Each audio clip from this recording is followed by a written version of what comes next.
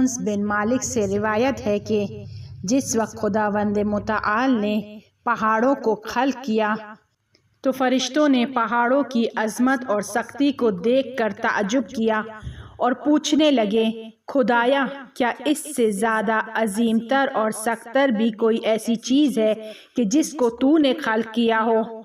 خدا کا جواب آیا، ہاں، لوہا پتھر پر بھاری ہے۔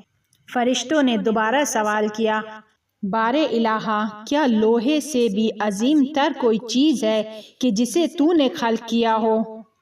کہا، ہاں، آگ لوہے پر غالب ہے۔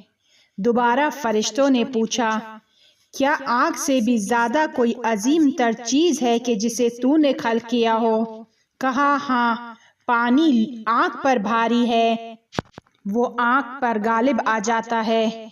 اب دوبارہ فرشتے پوچھنے لگے، بار الہ، کیا پانی سے زیادہ بھی کوئی سخت تر اور عظیم تر ایسی چیز ہے کہ جسے تو نے خلق کیا ہو؟ جواب آیا، ہاں، خاک کہ جو پانی پر غالب ہے۔ پھر دوبارہ فرشتے پوچھنے لگے، بار الہ، کیا خاک سے بھی زیادہ کوئی عظیم تر ایسی چیز ہے کہ جسے تو نے خلق کیا ہو؟ فرمایا، ہاں، ہوا ہے کہ جو خاک پر غالب ہے۔